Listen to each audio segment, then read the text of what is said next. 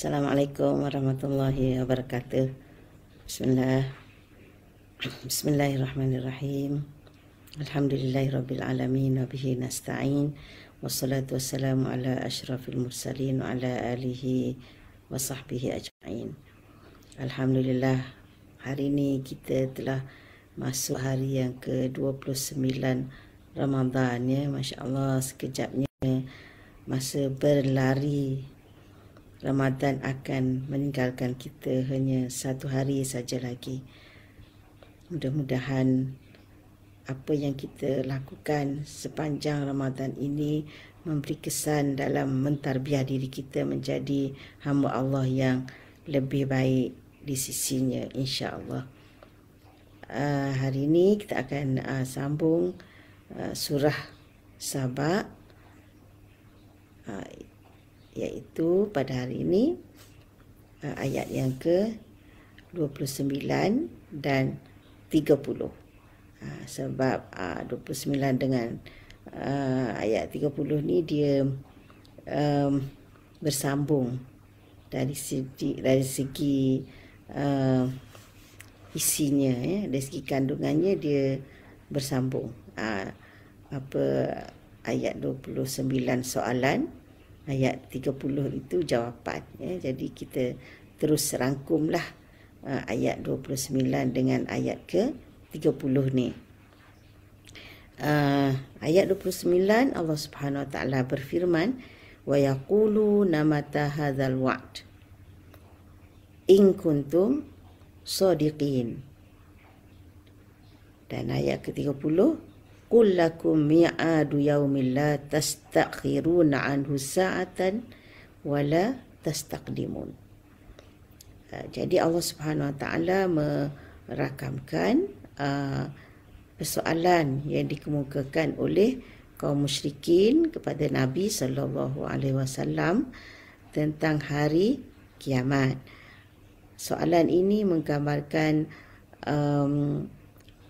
satu macam seolah-olah mengejek ya, kerana mereka seolah-olah tidak percaya dengan peringatan akan berlakunya kiamat, kebangkitan, dan orang yang baik itu akan dibalas baik dan orang yang jahat akan dibalas setimpal dengan kejahatannya. Jadi seolah-olah mereka soalan yang berupa macam ejekan, wa yaquluna mata hadzal wa'd. Mereka berkata, bila yang kamu duk janji tu. Macam tu kan. In kuntum shadiqin, kalau kamu benar. Jadi maknanya kalau kamu benar dalam apa yang kamu sampaikan itu, bahawa akan berlaku kiamat dan akan ada kebangkitan dan balasan terhadap manusia atas perbuatan yang telah mereka lakukan, bilanya tu. Jadi soalan itu pertama menggambarkan mereka menolak kemungkinan berlakunya kebangkitan. Itu satu. Yang keduanya nak menunjukkan bahawa mereka benar-benar tidak memahami tugas Nabi, tugas Rasul, di mana Rasul hanya menyampai. Dia bukan ada kuasa untuk menentukan bila berlaku apa yang dijanjikan itu. Dia pun tak tahu kan, sebagaimana yang kita baca dalam hadis 40 Imam An-Nawawi, bila Jibril datang bertemu Nabi Rasulullah sallallahu alaihi wasallam yang menyamar sebagai manusia, akhbirni anis sa'ah. Jibril bertanya, salah satu soalan Jibril ya, selepas bertanya tentang Islam, tentang iman, tentang ihsan, maka beliau bertanya, akhbirni anis sa'ah. Boleh ceritakan kepadaku tentang sa'ah, kiamat, bila akan berlaku? Jadi apa jawapan Rasulullah sallallahu alaihi wasallam? Mal mas'ulu anha bi'alama minas sa'il. Tidaklah orang yang ditanya itu lebih mengetahui daripada yang bertanya. Jadi maknanya Nabi tak ada ilmu tentang bila akan berlaku. Dia cuma menyampaikan bahawa kiamat akan berlaku. Begitu juga Jibril alaihissalam, malaikat yang paling dekat dengan Allah Subhanahu Wa Taala, ya, minal muqarrabin, daripada yang hampir dengan Allah, pun tidak tahu. Ya, mal mas'ulu anha bi'alama minas sa'il. Tidaklah yang ditanya, iaitu Nabi, tidaklah lebih mengetahui daripada yang bertanya, iaitu Jibril itu. Jadi tidak ada siapa yang mengetahui tentang bila akan berlaku kiamat itu kecuali Allah Subhanahu Wa Taala. Jadi pertanyaan itu adalah sia-sia kan. Sebab apa? Sebab yang penting bukan bila, tapi kiamat itu sendiri akan menentukan nasib kita. Jadi kalau kita percaya dan kita bersedia, maka kitalah yang beruntung. Jika kita ingkar dan tidak bersedia, maka kitalah akan tanggung. Okey, itu satu tentang soalan. Kemudian tentang perkataan al-wa'd. Biasanya dalam bahasa Arab, kalau al-wa'du ni ialah janji yang baik. Janji nak bagi hadiah, janji yang baiklah al-wa'du. Tapi kalau janji yang tak baik, macam ancaman untuk orang-orang kafir, kan mereka diancam dengan seksa, diancam dengan balasan-balasan yang buruk. Itu dia tak panggil al-wa'du, dia panggil al-wa'id. Jadi wallahu alam, maknanya Allah Subhanahu Wa Taala, kita tengok dia Allah Subhanahu Wa Taala macam merakamkan kata-kata musyrikin ni seolah-olah dia salah guna. Sebab untuk mereka al-wa'id sebenarnya, untuk mereka dia ancaman. Tapi mereka bertanya al-wa'd, al-wa'du. Allah alam lah apa yang ada dalam fikiran mereka. Tapi Allah Subhanahu Wa Taala dia tak salah report. Dia tak salah report. Jadi orang kafir tanya, wa yaqulu mata hadzal wa'd, bila janji-janji itu. Jadi al-wa'du tu biasanya penggunaannya untuk janji yang baik. Kalau untuk mereka, sepatutnya mereka tanya mata hadzal wa'id, kamu duk kata aku akan masuk neraka, aku akan disiksa, bila janji itu? Sepatutnya mereka guna al-wa'id, tapi mereka guna al-wa'd. Itu wallahu alam, mungkin mereka pun tak perasan, ataupun mereka anggap mereka akan mendapat balasan baik ke, itu wallahu alam ya. Tapi mestilah ada hikmahnya bila Allah rakamkan kata-kata mereka yang sedemikian itu. Macam macam perkataan Bashir dan Nazir kan, dua-dua berita yang akan diperolehi pada masa hadapan. Kalau Bashir, maknanya berita gembira, kita akan dapat khabar gembira. Kalau Nazir, itu khabar yang membimbangkan, yang menakutkan. Macam itulah. Jadi begitu juga janji ni. Wa'd, janji baik. Kalau wa'id, ancaman yang membimbangkan lah. In kuntum shadiqin, kalau kamu benar. Jadi sebenarnya soalan ini bukan sahaja ditanya oleh kaum musyrikin kepada Nabi SAW. Sejak dulu pun ya, kaum yang kafir, yang menentang, selalu dia tanya macam itulah, tanya bila kan. Tapi masalahnya bukan isunya bila, tapi kita percaya ke tidak kepada apa yang disampaikan oleh Rasulullah SAW. Jadi tak penting bila. Jadi sebab itu Allah Subhanahu Wa Taala memerintahkan Nabi SAW supaya menjawab tu dalam ayat yang ke-30.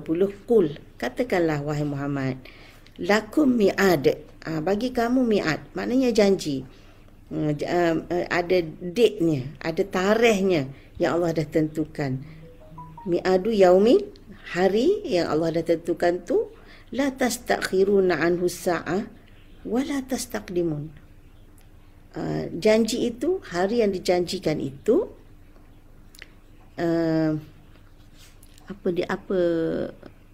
okey, jangan tertukar. Okey, tertukar sebutannya. Okey, baru ternampak ada orang komen tu. Jadi janji itu, date, tarikh tu, saat itu yang kamu duk tanya-tanya tu, Allah dah tetapkan dah. Dan ketetapan itu adalah ketetapan yang pasti. La tastakhiruna anhu sa'ah wa la tastaqdimun. Tidak akan dilewat.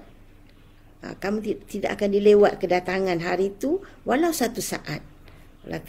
Saat ni maknanya 1 detik, 1 jam, tak kira lah, maknanya walaupun 1 detik tak lewat atas kehendak sesiapa. minta tangguh sikit. Tak ada. Wala tastaqdimun, dan tidak akan diawalkan. Siapa yang harap ada bila lah nak datang, tak sabar nak tunggu ni kan, tak ada. Okey. Jadi ini pun satu ancaman berat sebenarnya. Bila kita kata tak akan dilewatkan, artinya bila sampai masa akan tiba dah janji tu. Jadi sama ada kita bersedia atau tak bersedia, sama ada kita percaya atau tak percaya, sama ada kita mengharap atau tak mengharap. Jadi begitulah ajal kita, samalah sebenarnya. Sebab kematian itu kiamat kecil bagi kita. Kan, kematian kita, dia sebenarnya tak ada sebab untuk kita nak mati. Yang kita mati ialah sebab ajal yang telah ditentukan. Tapi selalu orang tanya, mati dah, sebab apa? Kan, memanglah selalu itu fitrah manusia lah kan, nak tahu sebab. Sebenarnya yang menjadikan kita ni mati bukanlah sebab tu. Sebab sakit mati, tak sakit mati, muda mati, tua mati, apa lagi, tengah tidur mati, tengah tak tidur pun mati. Kadang tengah bercakap macam ni pun boleh stop bercakap terus mati kan, ada juga. Diorang tengah duk main ke, macam-macam. Jadi bila tiba masa tu, la tastakhiruna sa'atan wala tastaqdimun, memang tidak akan dilewatkan dan tidak akan dipercepatkan. Dan mi'ad ini, janji ini adalah siapa yang berjanji dan siapa yang menetapkan tarikh itu. Tak lain dan tak bukan ialah Allah Subhanahu Wa Taala. Dan Allah Maha Kuasa. Bila Allah janji, bila Allah tetapkan, dia mampu untuk melaksanakan apa yang ditetapkan, apa yang dijanjikan pada saat itu. Dan komplit apa yang dijanjikan tu. Sebab apa kita sebut ni, kita banding dengan kita manusia. Bila kita janji, kita tidak boleh jamin kita akan laksanakan sepenuhnya seperti apa yang dijanjikan itu dan pada masa yang dijanjikan. Betul tak? Misalnya katalah kita janji petang nanti kita nak hantar sesuatu kat rumah kawan kita. Katalah petang pukul 5. Tapi kita tak tahu apa yang berlaku pada pukul 5. Tengok hujan lebat, tak boleh nak keluar. Jadi tak sampai pukul 5, terpaksa lewat 2 jam ke 1 jam ke. Itu maknanya kita manusia. Sebab kita tak ada kuasa untuk menentukan masa depan tu. Ataupun kita janji nak hantar sesuatu tu, tengok apa yang kita nak hantar tu, kita harap orang lain hantar kat kita. Tapi orang tu pun tak hantar kat kita. Jadi macam mana kita nak hantar barang tu kepada orang yang kita janjikan? Yang janji nak hantar kat kita, dia nak hantar pukul 3, kita pun nak hantarlah pukul 5 kepada kawan kita tu. Tapi dia pun tak hantar pukul 3. Pukul 5 kita boleh hantar? Tak boleh. Macam itulah maknanya. Sebab itu Allah Subhanahu Wa Taala perintahkan, wala taqulanna li syai'in inni fa'ilun dzalika ghada illa an yasha Allah. Tengok dalam surah Al-Kahfi kan. Jangan sekali-kali kamu berkata, inni fa'ilun zalika wada, aku akan buat esok.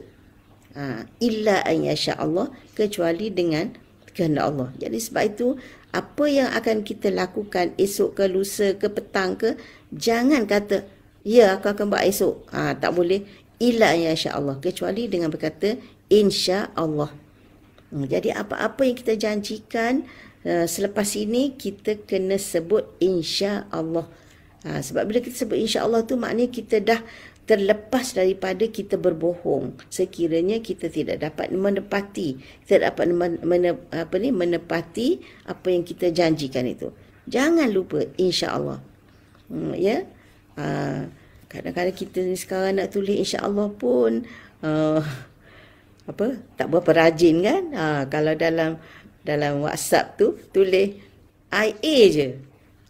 Saya kadang apa dia IA ni? Rupanya insya-Allah. Ya Allah, itu pun kan tulislah penuh insya-Allah tu kan. Okey. Jadi bila Allah janji, tidak ada ragu lagi. Bila Allah dah tetapkan hari, tidak ada keraguan lagi.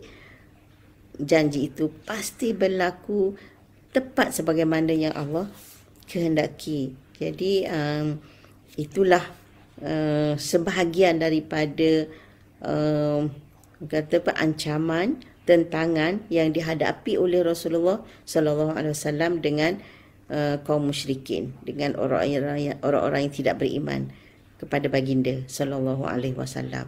Jadi perkara yang selalu dipersoalkan ialah tentang kemungkinan berlakunya kiamat dan berlakunya kebangkitan serta balasan balasan terhadap apa yang kita telah lakukan di dunia ini. Jadi bila mereka tanya bila tu, sebenarnya bukan sangat nak tahu bila tu, tapi menggambarkan betapa tak percayanya mereka kepada apa yang dijanjikan oleh Rasulullah sallallahu alaihi wasallam itu. Jadi dalam ayat ini mengajar kita bahawa Rasulullah adalah seorang rasul utusan Allah yang mana baginda tidak mengetahui apa perancangan Allah Subhanahu Wa Taala. Baginda hanya menyampai. Jadi sebagaimana baginda tidak tahu tentang perancangan Allah Subhanahu Wa Taala pada masa depan, baginda juga tidak ada kuasa untuk memberi iman, memberi hidayah kepada manusia yang diserukan. Baginda hanya menyampai, menyeru manusia supaya beriman, tetapi baginda tidak ada upaya untuk memberikan, memasukkan iman ke dalam hati manusia. Jadi begitulah juga pengajaran yang kita patut ambil apabila kita diamanahkan untuk meneruskan risalah Nabi, untuk meneruskan dakwah baginda. Maknanya kita ambil pendirian itu, kita hanya menyampai. Sebab kita kadang-kadang nak menyampai tu pun kita fikir, dia nak terima ke tak nak ni, kan, patut ke tak patut ni. Jadi sebenarnya tak perlu fikir macam tu, kan. Tak perlu fikir dia nak terima ke tak nak terima, sebab kita hanya disuruh menyampai, bukan kita disuruh menyemak dia terima ke tidak, ataupun bukan kita disuruh memastikan dia terima atau tak terima. Sebab apa? Sebab sama ada terima atau tidak ajakan kita, dakwah kita adalah ketentuan Allah Subhanahu Wa Taala. Allah yang memberi hidayah kepada mereka. Jadi sebagaimana Rasulullah sallallahu alaihi wasallam tidak dapat memberi hidayah kepada sesiapa yang diseru, jadi apalah lagi kita. Namun tanggungjawab menyampai mesti diteruskan, insya-Allah. Lebih-lebih lagi kita balik kepada ayat yang ke-28 semalam, bahawa Islam ini diutuskan untuk seluruh umat manusia. Jadi selagi ada manusia yang belum mendengar seruan Islam ni, maka selagi itu tanggungjawab yang kita pikul sangat berat, ya. Kita mesti sentiasa terus berusaha untuk menyampaikan Islam ini sehingga dia didengar oleh seramai mungkin manusia yang kita mampu, insya-Allah. Dan dengan teknologi sekarang ini, dengan perhubungan yang mudah ni melalui internet dan melalui Facebooknya, WhatsAppnya, Instagram, macam-macam ini sebenarnya memudahkan kita untuk menyebarkan Islam. Hanya tinggal kitalah, kan, yang kena lebih gigih berusaha, insya-Allah. Jadi sahabat-sahabat sekalian, hari ini dah sampai ayat yang ke-30. Jadi insya-Allah saya akan tutup bukulah sementara. Habislah. Jadi esok hari ke-30 dah cuti lah, ya. Sebab apa? Sebab hari ini dah sampai ayat 30.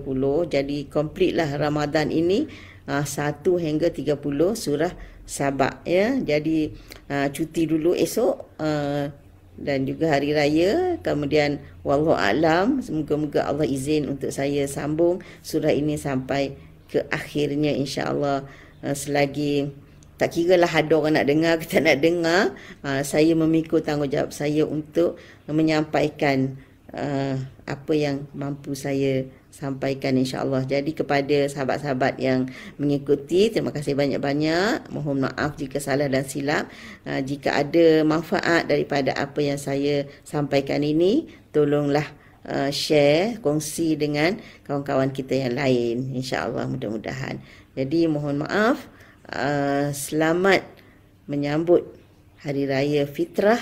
Mudah-mudahan kita termasuk dalam golongan mereka yang diampuni dosanya dan dianugerahi sebagaimana Nabi kata, untuk orang yang berpuasa 2 kegembiraan, iaitu kegembiraan menyambut hari raya dan kegembiraan mendapat ganjaran daripada Allah Subhanahu Wa Taala di syurga nanti, insya-Allah. Ya, sekian dulu. Wabillahi taufik. Wassalamualaikum warahmatullahi wabarakatuh.